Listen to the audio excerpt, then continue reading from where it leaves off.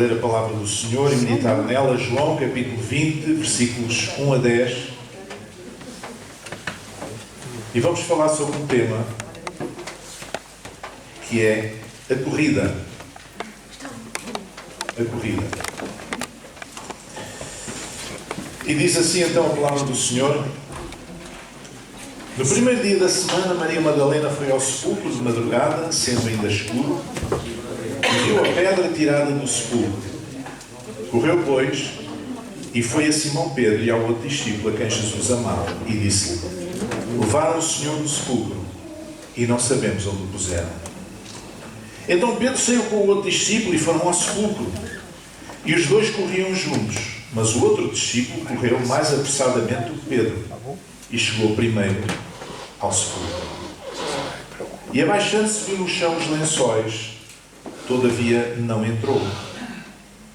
Chegou, pois, Simão Pedro, que o seguia, e entrou no sepulcro, e viu no chão os lençóis, e que o lenço que tinha estado sobre a sua cabeça não estava com os lençóis, mas enrolado num lugar à parte.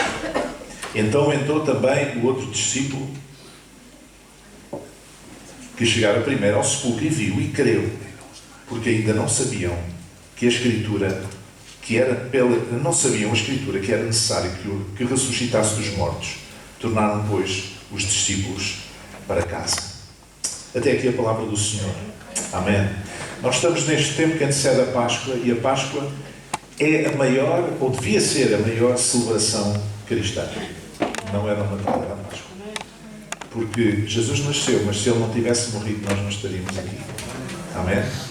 Então, é boa altura para refletir um pouco sobre a manhã da ressurreição, que é um assunto que nunca é esgotado. Mas hoje queria pôr o foco na questão da corrida. E por isso chamei esta meditação a corrida. A manhã da ressurreição, aquele domingo, começou por ser uma manhã muito agitada. Pessoas a correr de um lado para o outro. E reparem uma coisa, fé implica sempre movimento.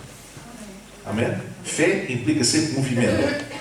Deus amou, porque Deus amou o mundo de tal maneira que enviou movimento. Enviou o seu Filho. Amém? Quando nós vamos a Jesus, vamos à cruz, vamos ao movimento. Fé implica sempre movimento.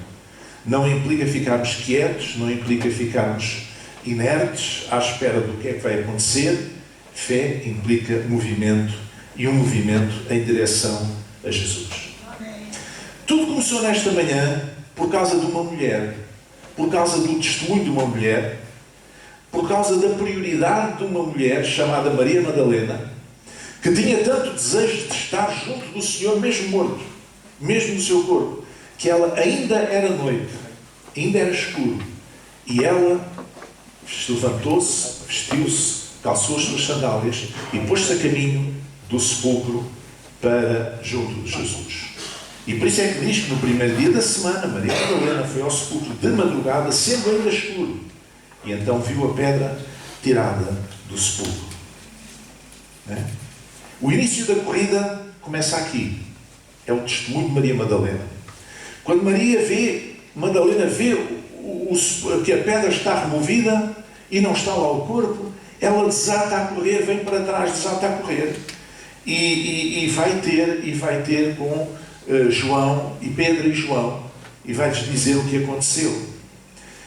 E ela pensou mesmo que tinha acontecido aquilo que os religiosos judeus tinham posto para circular como boato, que os discípulos haviam de roubar o corpo do Senhor.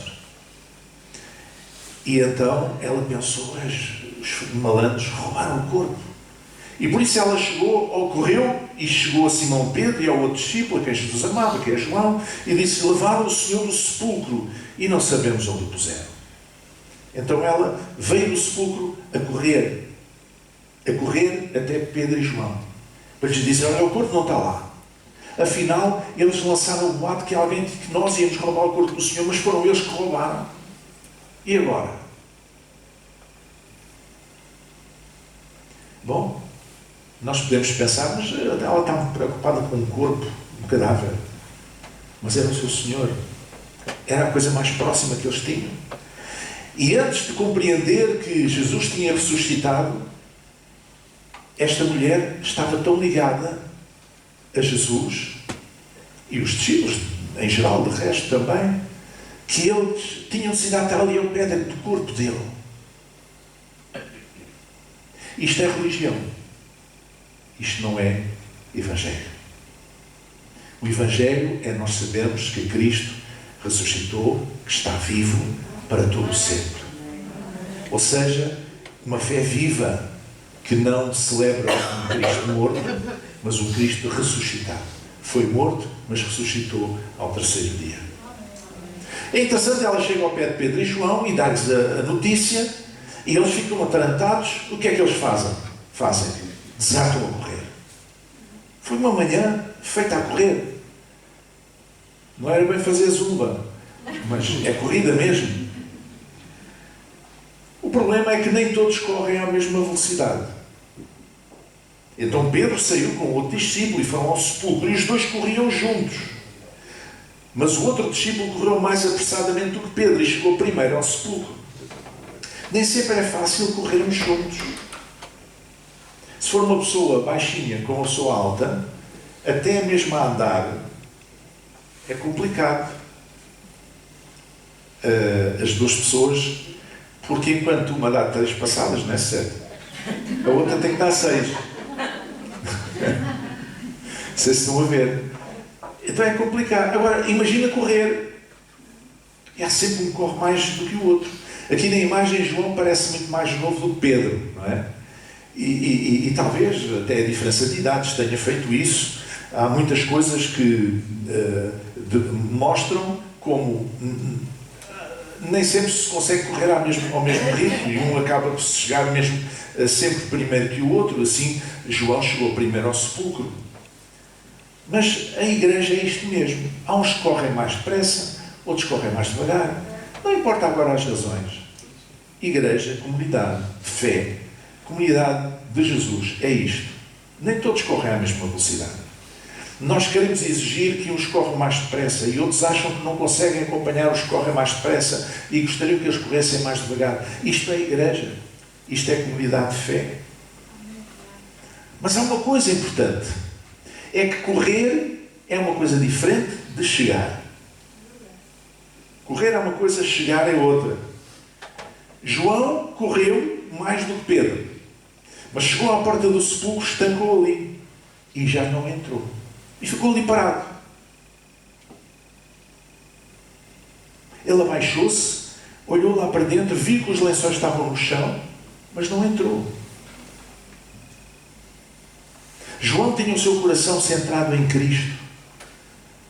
Sempre fora atraído pela intimidade espiritual com o Mestre. Mas chegou à porta do sepulcro, parou. Estancou ali. Porquê que seria? Estaria emocionado? Estaria com receio de alguma coisa? Estaria confuso? Eu não sei, nem quero saber. Mas alguma coisa fez com que João parasse ali e não tivesse coragem de entrar dentro do sepulcro. Pedro chegou em segundo lugar. Correu mais lentamente do que João e chegou em segundo lugar. Mas chegou lá e entrou. Aliás, Pedro era assim, não era um homem de meias medidas. Ele era tudo ou nada. Não era pessoa de meias tintas. Ou era ou não era, preto e branco. Pedro era assim. Chegou ali, entrou. Não quis saber que João estivesse ali parado. Não quis saber que ele estivesse confuso, estivesse com medo, estivesse emocionado ou lá o que fosse. Ele chegou ali, entrou. Porque ele correu para ali para entrar lá dentro. E por isso diz a Escritura que chegou Simão Pedro, que o seguia, entrou no sepulcro e viu no chão os lençóis, e que o lenço que tinha estado sobre a sua cabeça não estava com os lençóis. Pedro quis investigar melhor aquilo que se tinha passado. O que é que se passa aqui? E há pessoas assim. Há pessoas que querem ter as coisas ali. Não querem ficar nas meias tintas, não querem ficar ali querem esclarecer as suas dúvidas. Eu gosto de Pedro. Apesar das asneiras, eu gosto de Pedro. Também gosto de João. Nós temos que gostar de todos, não é? Nós podemos então dizer que Maria Madalena é uma espécie de crente da primeira onda. Ela foi em direção a Jesus ainda antes do sol nascer. Era uma mulher de coragem. Saiu de noite, uma mulher sozinha. Porquê? Porque ela queria muito estar junto do corpo do seu mestre. Era uma crente da primeira onda. Era uma crente que chegava-se à frente. Era a primeira a chegar-se à frente. Pedro é um crente da segunda onda. É um crente daqueles que ele correu e entrou no sepulcro e não ficou parado à espera. Veio mais tarde, apenas porque Maria veio dizer, Maria Madalena, que tinha levado o corpo do Senhor, e então correu.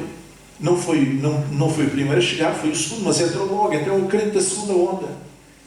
Não é aquele que se levanta de noite para ir ter com Jesus, mas é aquele que quando dizem, onde é que está o Senhor, onde é que está o Senhor, vai a correr e vai querer esclarecer as coisas. Já João é um crente da terceira onda. Diz que entrou João, que chegara primeiro ao sepulcro, então entrou depois de Pedro, e viu e creu. João é um crente da terceira onda, é aquele crente que entra depois de ver o outro entrar à frente dele. Há pessoas assim, não é? É ou não é? Há pessoas assim. Há pessoas que estão sempre à espera do que é que o outro faz. Se o outro entrar, ele entra também. Se não entrar, também não entra.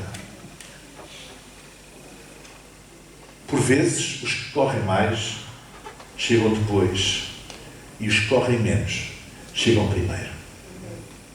E na vida espiritual é assim também. E nós temos na cultura popular, temos uma fábula que exemplifica isto de uma maneira maravilhosa, que é a fábula da tartaruga e da lebre. Não é? Eles um dia decidiram fazer uma corrida, a lebre desafiou a tartaruga para fazer uma corrida, pensando, a tartaruga anda tão devagarinho, eu dou 3 passos e estou já lá, portanto eu vou ganhar isto de caras. E a tartaruga, ela foi tão chata à lebre, que a tartaruga aceitou o desafio. E então foram para a linha de partida, começaram a correr, é como quem diz, começou a lebre a correr, e a tartaruga a andar devagarinho, e às 2-3 ainda não tinha andado de 100 metros, a tartaruga, a lebre pensou assim, ela nunca mais cá chega, vou aqui descansar, está um sol abrasador, estou cheio de suor, vou aqui descansar debaixo da árvore. E adormeceu. Então não é que a tartaruga foi andando ao seu passinho, foi andando, sem nunca parar, sempre, passou pela lebre, estava a dormir, não acordou, continuou, e chegou à meta primeiro. E a lebre ganhou a corrida. A tartaruga. Já vi que vocês estão com atenção. Então, a lebre, quando despertou, deu assim um cochilo, quando despertou, já a tartaruga estava quase em cima da meta, ela pôs a correr, mas não chegou a tempo. E foi a tartaruga que ganhou a corrida. Não importa muito se somos crentes de primeira, de segunda ou terceira onda. O que importa é que nós cheguemos ao Cristo ressuscitado. Isso é que é importante. Porque uns andam mais devagar, uns vão de madrugada, outros vão quando lhes dizem alguma coisa, outros chegam à porta e param e esperam o que é que o outro vai fazer, e depois se o outro entrar, eles também entram. Não importa muito, importa é que nós tenhamos esse encontro com o Cristo ressuscitado. O mal é quando nós, em vez de corrermos em direção a Jesus, corremos noutras direções. Quando os crentes buscam outras coisas, em vez de Jesus, para satisfazer as suas necessidades. Mas não apenas os crentes, os pregadores também. Quando pregam outras coisas que não a palavra de Deus. Agora estamos na moda pregar coaching.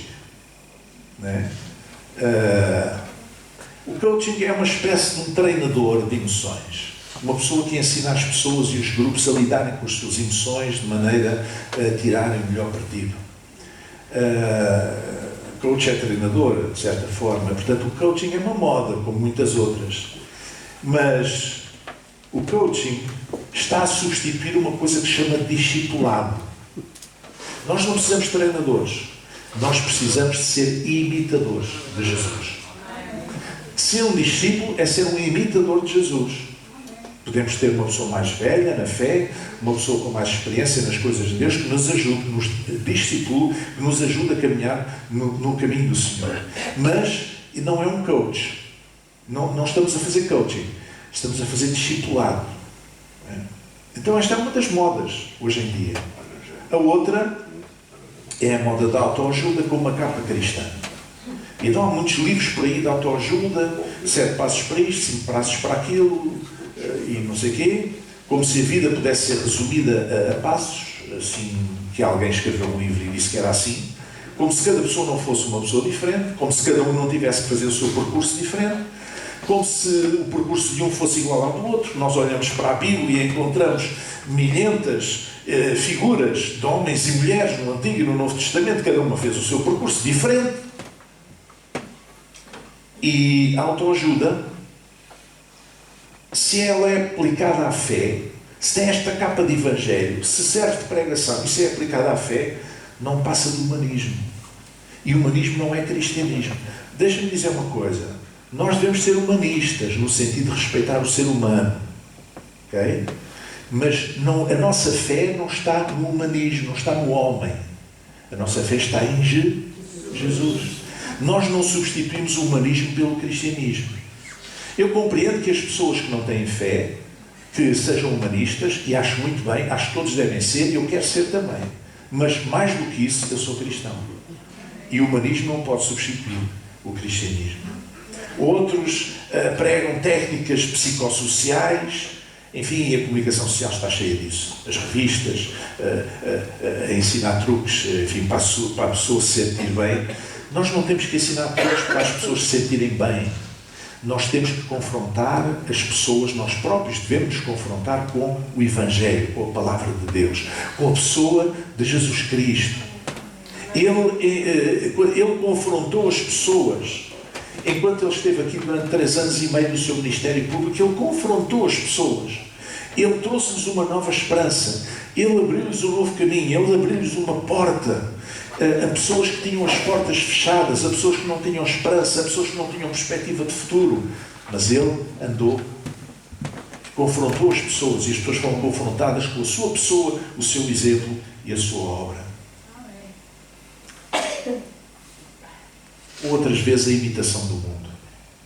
E nós devemos ter cuidado para que não nos deixemos atrair pelas luzes do século, ou substituir as luzes do século pela luz de Cristo. Nós estamos inseridos na sociedade. Nós temos um papel a desempenhar na sociedade, é verdade. Mas não podemos substituir as luzes deste século pela luz de Cristo. Amém? Quando nós enfrentamos tribulações na vida, quando nós enfrentamos a adversidade, muitas vezes acontece-nos isto também, que acontece aos crentes da primeira, segunda e terceira onda. Vocês sabem que a Bíblia fala de alguns naufrágios que aconteceram. No Novo Testamento fala-se de naufrágio, inclusive de Paulo, e várias situações no mar Mediterrâneo, porque o Novo Testamento decorre ali na região do Médio Oriente e, portanto, as viagens de Paulo cobrem o mundo romano e, portanto, o mar Mediterrâneo, onde que era uma rota onde muitos navios se fazia grande parte do comércio, das comunicações, dos passageiros, do exército, enfim, da carga, era por navios, porque era mais rápido, portanto era mais barato, mas havia um problema, eram as tempestades. Às vezes levantava-se uma tempestade e de vez em quando havia um naufrágio. E nós, na nossa história, Portugal, temos muitos casos de naufrágios, não é? Em que as caravelas acabaram, em alguns casos, por afundar. E, portanto, era um risco que podia acontecer. E o Novo Testamento conta algumas dessas histórias que sucederam. E quando nós estamos na luta da vida, perante a adversidade, a tribulação dura, perante a angústia, perante a dificuldade, há 3 coisas que podem acontecer quando nós naufragamos. Naufragar não quer dizer morrer. Naufragar quer dizer que passamos uma dificuldade complicada, mas não quer dizer que nós vamos necessariamente morrer. Então, no naufrágio, alguns navios encalhavam mesmo próximo da costa, em algumas rochas que não conseguiam detectar, E o navio, foi o caso do naufrágio de Paulo, próximo da ilha de Malta, que está lá descrito em Atos dos Apóstolos. O navio esfrangalhou-se todo contra as rochas e eles tiveram que saltar para a água. E então, os que sabiam nadar, os que tinham mais forças, mais energia, nadaram até à praia. Portanto, quando há um naufrágio, há sempre aqueles que conseguem nadar, ter forças para nadar, até estar a salvo, até ir para a praia. Ótimo. É uma das formas de vencer um naufrágio na vida. É uma das formas de enfrentar a tribulação na nossa vida. Mas há outros que não têm forças para isso. Então o que é que eles fazem? Agarram-se aos despojos do navio. Há sempre coisas a boiar, não é? À tona d'água. Eles agarram-se e esperam que a corrente os leve, digamos, até à praia. Mal se aguentam à tona d'água, mas assim vão se agarrando aos destroços e vão chegando até a salvo, até à praia. E há outros ainda. E isto é mais dramático. Mas funciona. O que acontece como aconteceu com Jonas? São engolidos por um grande peixe e depois são vomitados na praia. Isto é mais dramático. Mas também acontece.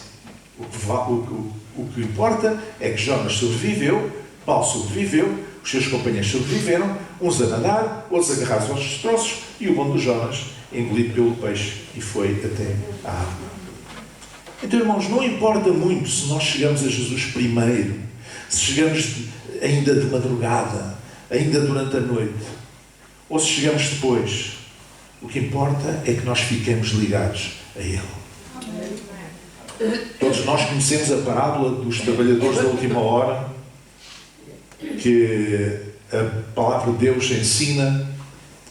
É uma história muito interessante, e aqueles que são aqui, a maior parte, se calhar são do Alentejo, e sabem que antigamente os homens iam para as praças muito cedo, à espera de serem contratados para ir trabalhar para as herdades.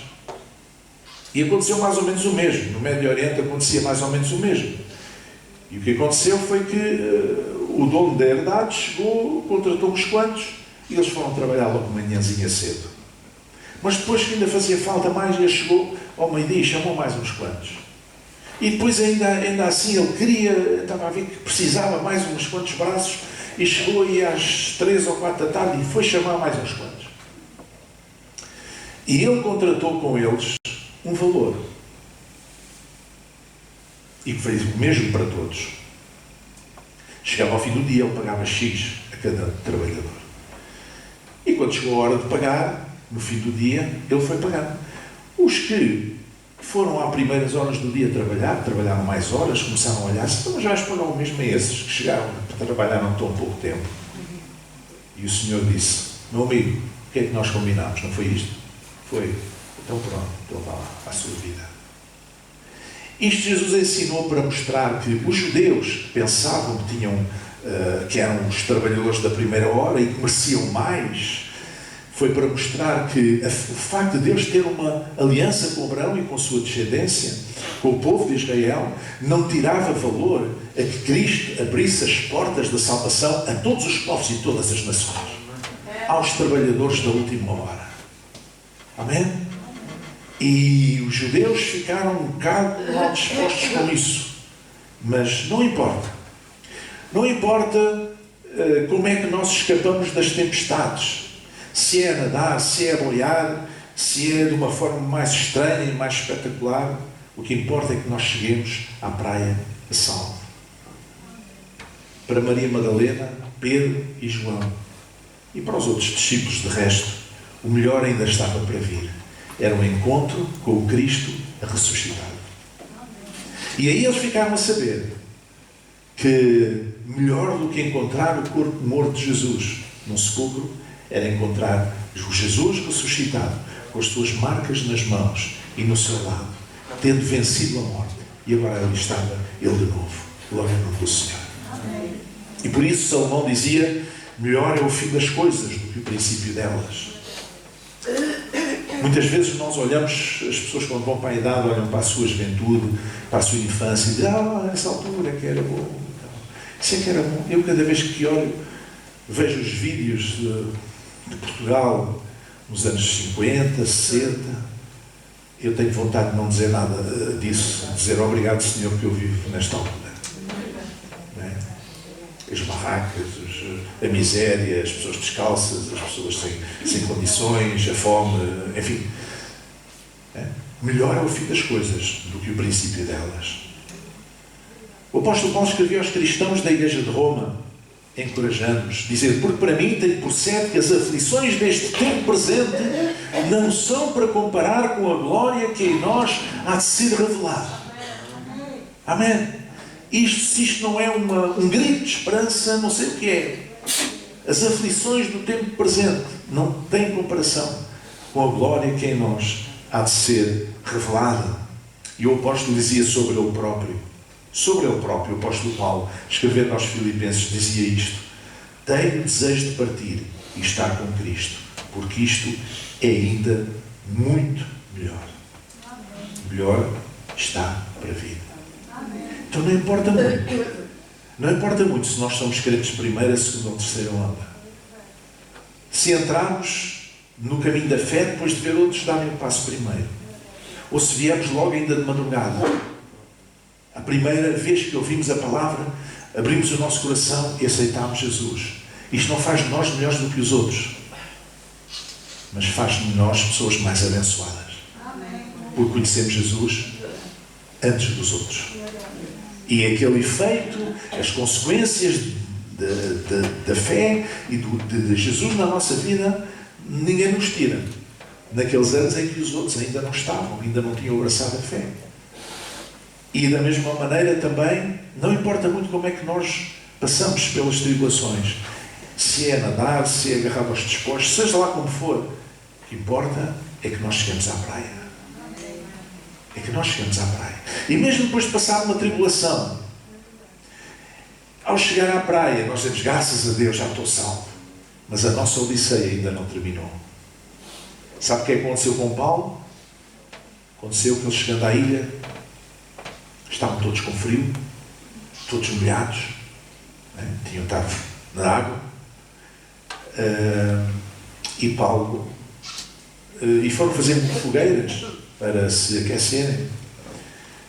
E o apóstolo Paulo andou também à procura de uns gravetos e tal, para fazer as fogueiras, e de repente uma serpente, uma cobra que era conhecida na ilha como venenosa, cujo veneno tinha era tóxico e atacava o sistema neurológico, ou seja, a pessoa ficava, inchava e morria rapidamente, mordeu no braço e ficou agarrado ali. E ele sacudiu no fogo. E os habitantes da ilha de Malta ficaram todos à espera. Este tipo, vamos lá ver quantos minutos este tipo aguenta. Devem ter olhado para o relógio. Se eles depois olhavam para o relógio, para o telemóvel, sei lá ver aqui, cronómetro. Quanto tempo é que ele aguenta? E o homem, nada de inchar, nada de cair para o lado. Ele não era pessoa de gostar de ser inchado, não é? Mas pronto, caiu à espera dele cair para o lado e nada. E depois então mudaram de parecer. E aqui vocês veem já como é volúvel a opinião pública. Como é tão volúvel a opinião pública. Muda de um extremo para o outro, do 8 para o 80. Primeiro eles diziam: a justiça divina não o deixa viver. Ele deve ser um homicídio ou coisa do género, porque ele salvou-se do naufrágio. Até nem que chega aqui agora uma cobra morde e ele vai ficar aqui morto na praia. Vai morrer na praia, como se costuma dizer. Mas não. Passado pouco tempo, como não acontecia nada de especial com ele, ele continuava bem. Eles começaram a dizer: é um Deus. É um Deus. Este homem é um Deus. Então, nós não somos deuses, nem somos homicidas. Somos filhos de Deus, servos de Deus, e estamos nas mãos de Deus. A forma como Ele nos liberta não é muito importante. A forma como nós o conhecemos, se foi mais cedo, se foi mais tarde, não importa muito. Importa é que nós estejamos ligados ao Cristo ressuscitado. Amém. Eu espero que todos os que estão aqui esta manhã tenham essa experiência de estar nos braços de Jesus. Vamos ficar em pé.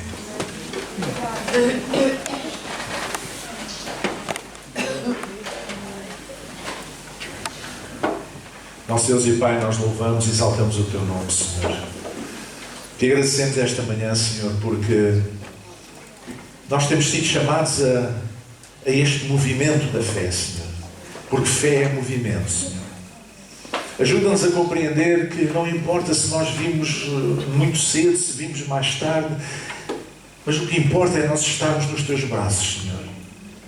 Ajuda-nos a compreender que nas nossas lutas, nas nossas tribulações, nas nossas aflições, não importa também muito a forma como nós chegamos à praia a salvo, Senhor.